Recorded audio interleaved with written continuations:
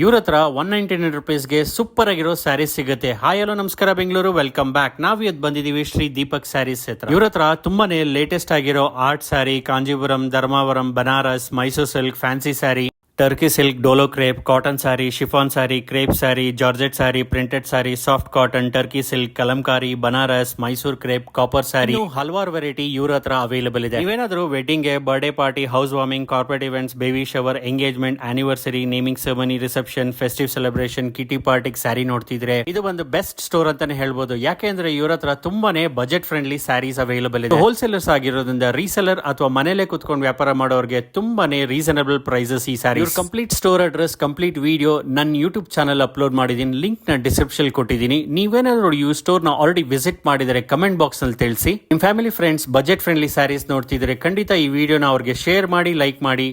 ಎಲ್ರಿಗೂ ನಮಸ್ಕಾರ.